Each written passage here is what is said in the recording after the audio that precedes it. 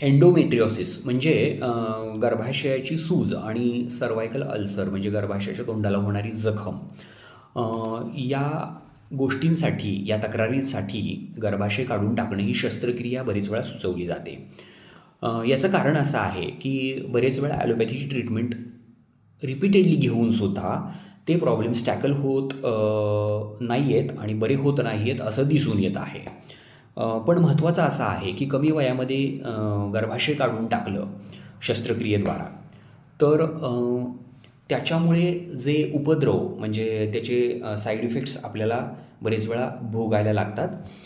त्यातले काही असे की त्याच्यानंतर विकार होण्याचे पॉसिबिलिटीज शक्यता वाढते. ऑस्टिओपोरोसिस म्हणजे हाडं ठिसूळ व्हायला लागतात.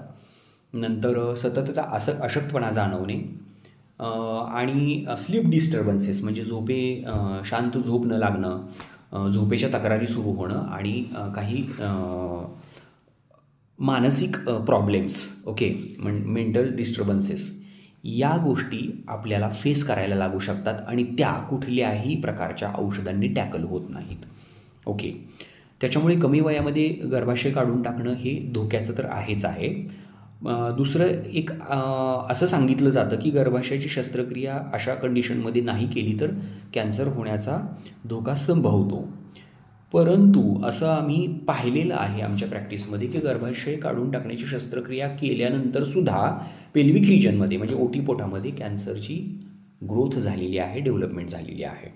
त्याच्यामुळे हा त्याचा खरा उपाय नाही आहे असं आम्हाला वाटतं.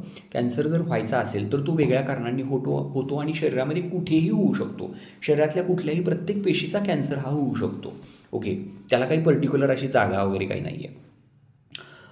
तर याला खरा उपाय काय आहे तर आमच्या मागच्या 22 वर्षाच्या प्रॅक्टिसमध्ये आम्ही हे जाणलं आहे की याचा खरा उपाय ॲलोपॅथीमध्ये नाही आहे. तर गेल्या 5 वर्षापासून आम्ही संशोधन केलेली स्पेशलाइज्ड आयुर्वेदिक ट्रीटमेंट आम्ही बऱ्याच पेशंटला देतो आणि त्यांचे हे प्रॉब्लेम्स आम्ही टॅकल झालेले होताना आणि बरे होताना पाहत आहोत.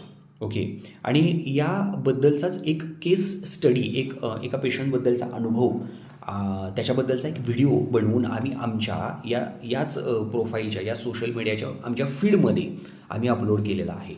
तो आपण जरूर पाहावा आणि योग्य ते ज्ञान घ्यावं. भीतीने चुकीचा निर्णय घेऊ नये. ज्ञान घेऊन योग्य तो निर्णय घ्यावा जो आपल्या आयुष्यासाठी, आपल्या आनंदी आणि निरोगी आयुष्यासाठी फायदेशीर ठरू शकतो. धन्यवाद.